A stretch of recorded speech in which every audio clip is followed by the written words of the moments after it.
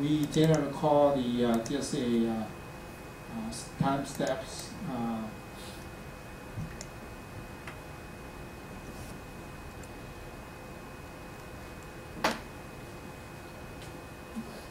That's backward time steps. So, number of inputs plus number of input plus number of outputs times b, that has to be less or equal to L. So if you have L is enough number, then you can solve.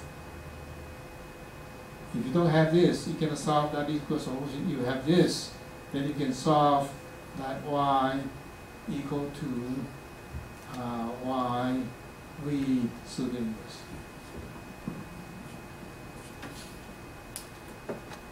Okay?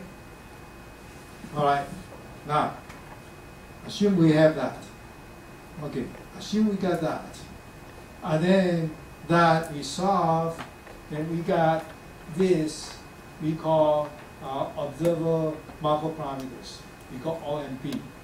This beta 0, beta 1, minus alpha 1, beta 2, minus alpha 2, beta 3, minus alpha 3, beta p, minus alpha p. We call this is observer Markov parameters. And so if we have input and output data, we have enough input output data, we'll be able to solve the observer Markov parameters. Agree?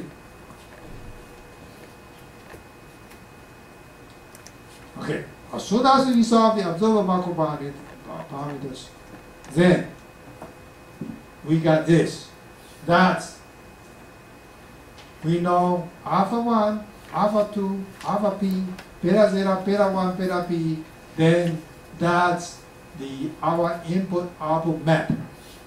That means giving input and output, that relation must be the model we call AIX model. So, y here equal to minus alpha 1, y minus k minus 1, that's based on that the AIX model we use. Any question now?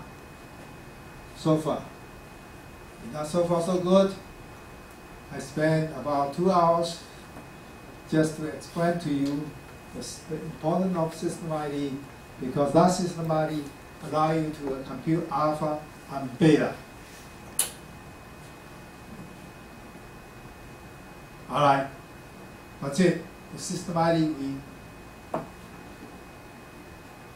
our system ID just talk about alpha and beta identifications. Now, in theory, if you got alpha and beta identification, you can also, there's a formulation allowing you to compute A, B, C, D, the state matrix. The alpha beta, this alpha beta, they are A, B, C, D, the discrete time state matrix embedded in that alpha and beta.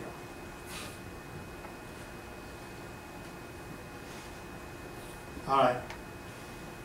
Now I write this for you. I mean, here, that's it. There's some other concept here. Let me explain to you here. That's a very interesting concept here. All right.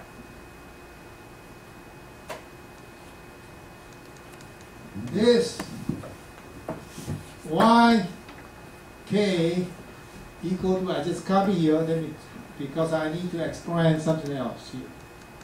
Y k minus 1 minus alpha 2 y k minus 2, then minus dot dot dot minus alpha p y k minus p, and then I say plus alpha beta 0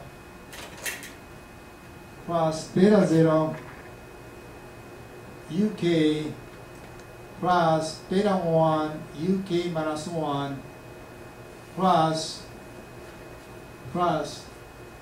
beta p uk minus p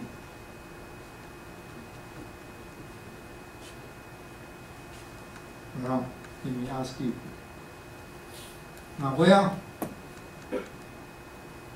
alpha 1, alpha 2, and alpha p, beta 0, beta 1, and beta p are identified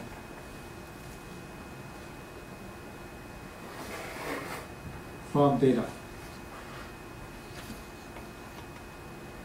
Input and output data. Okay. But because our input and output data may have a noise. So because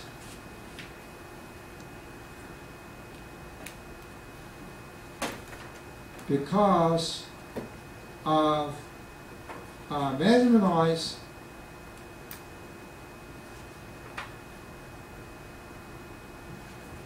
and system uncertainties,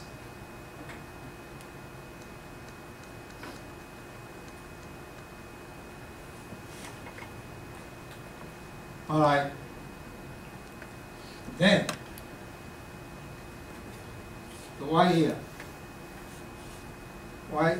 I compute, now I sub my computed alpha beta sub into equations.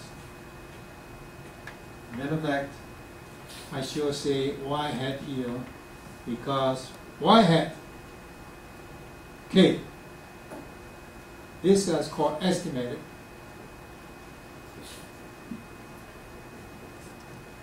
Because I use my identify alpha 1, alpha 2, alpha p, beta 0, beta 1, beta p won't be equal to y real k.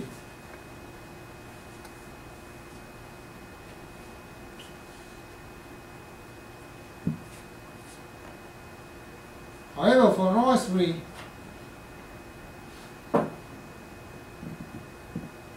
then that yk equal to yk.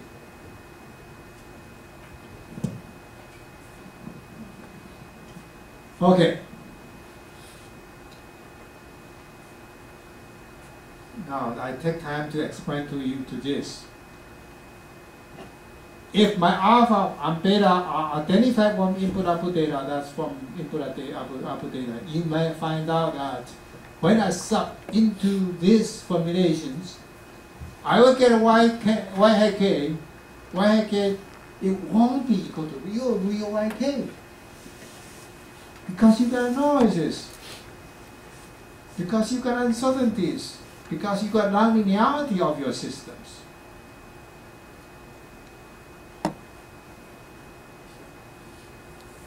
That means your alpha beta are just your estimated, just your identified. It's not the true or actual alpha beta.